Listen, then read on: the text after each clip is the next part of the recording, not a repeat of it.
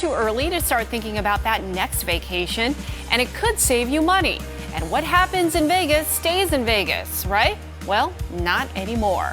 Welcome everyone to 12 at 12. 12 minutes, no commercials on TV and on the go on the 12 News app, Facebook, and YouTube.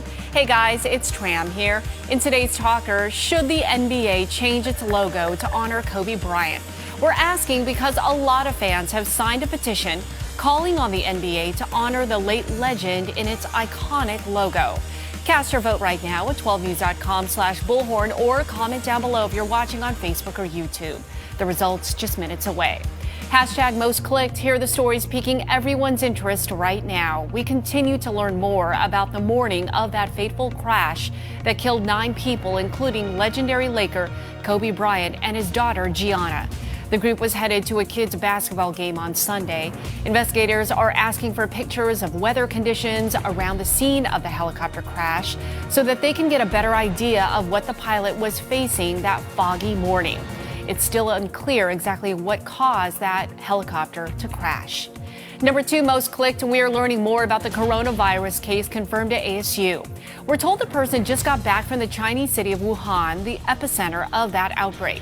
Health officials say the person had fewer than 5 close contacts since returning home, and those contacts are being closely monitored.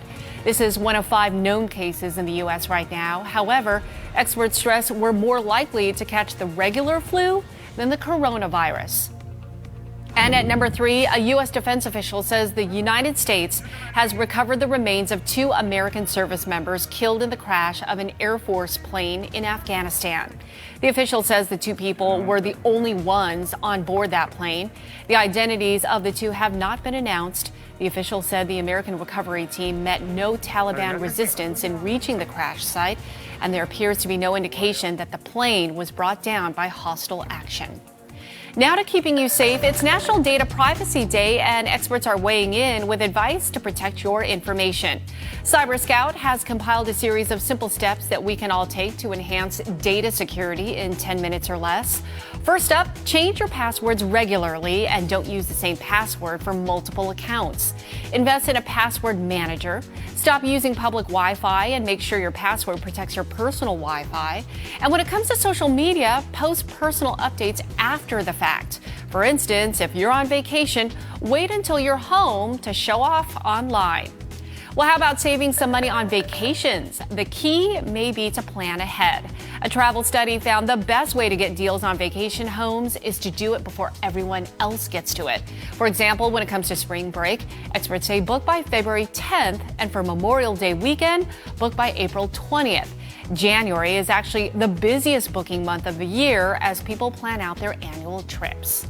Time to connect the dots, where we take a deeper dive into the headlines. Last week, we told you about changes coming to your credit score. So who does it really impact? Paul is connecting the dots. Big changes are coming to credit scores, and that could be bad news for millions of people. Let's connect the dots. FICO, the company that calculates your credit worthiness, announced it's changing how it calculates your number. If you've fallen behind on bills or taken on more debt, your credit score could drop significantly. According to the Wall Street Journal, anyone with a low credit score, think 600 or lower, would be hardest hit. But there is some good news. If your credit score is 680 or higher, you could actually see it go up. These changes come as consumers compile a record level of debt. People are putting more on credit cards and taking out more and more personal loans, despite a relatively strong economy. The new calculations are expected to take effect this summer. And that's connecting the dots. Now to your pulse on health. A single dose of a psychedelic drug compound may help the mental health of cancer patients. That's according to a new follow-up study. In the original 2016 study, researchers gave 29 cancer patients a single dose of a psychedelic compound found in so-called magic mushrooms. Well, after 6 months, at least 60% showed significant reductions in anxiety, depression, and hopelessness. The scientists then followed up with 15 of those patients. Nearly 5 years later, and up to 80% were still experiencing significant improvements. Well, when you get your tax refund, consider putting it towards a house. A new study by Bank of America found 79% of people said owning a home made them a better person. They said they were healthier, both financially and mentally. New homeowners even reported starting new hobbies and strengthening relationships with loved ones. Well, another gorgeous day right here in the valley, but snow is expected for the high country. Let's check in now with Crystal for your forecast 411. When you think of a winter wonderland, does it look like this? So magical with that burst of sun popping through those snowy pines. Well, snow lovers, get excited because we're expecting more flakes to fly tomorrow at Arizona Snowbowl and Sunrise.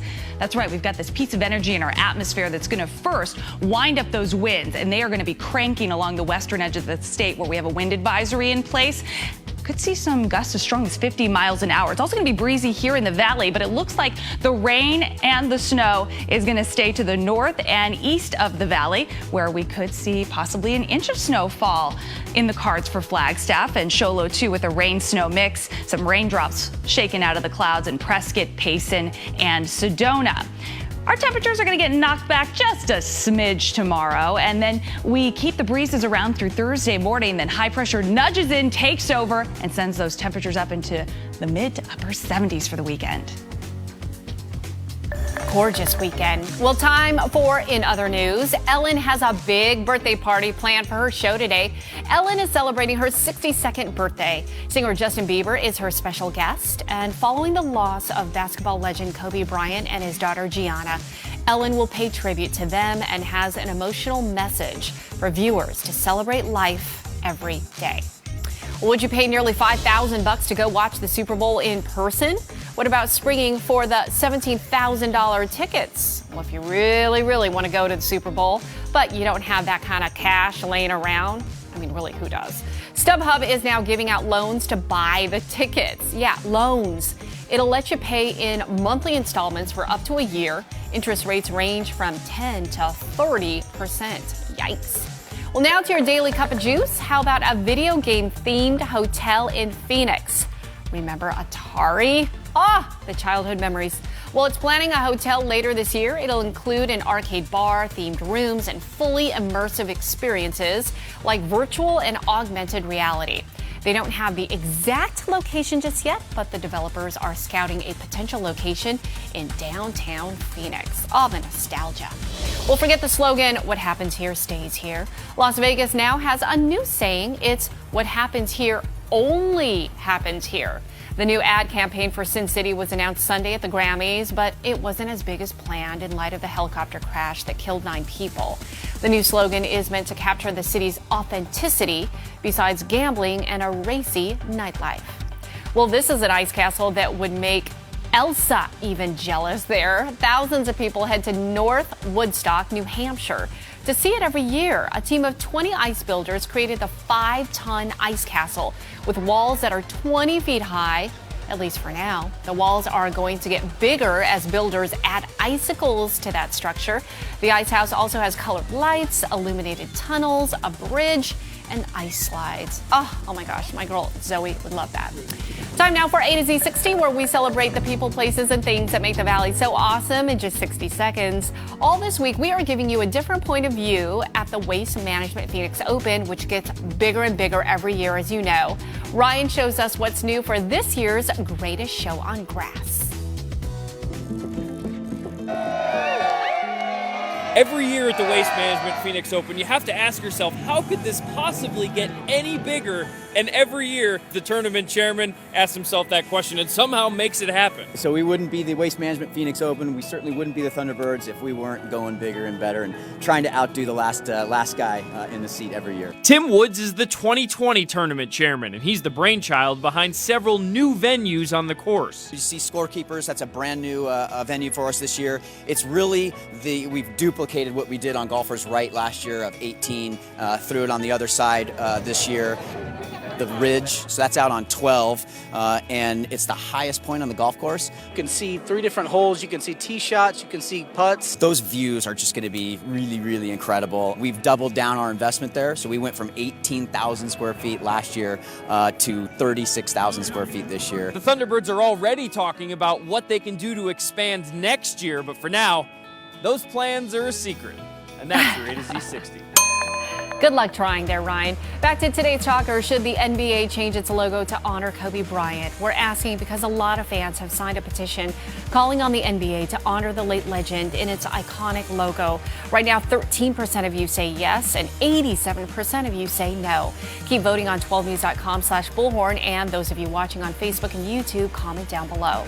Time now for the look ahead, the stories you'll be talking about a little later on today. Coming up on First at 4, the hit show The Biggest Loser is coming back, and I'm talking to one of its most well-known trainers and host, Bob Harper. What you can expect of the revamped show and how his life is now after suffering a heart attack 3 years ago.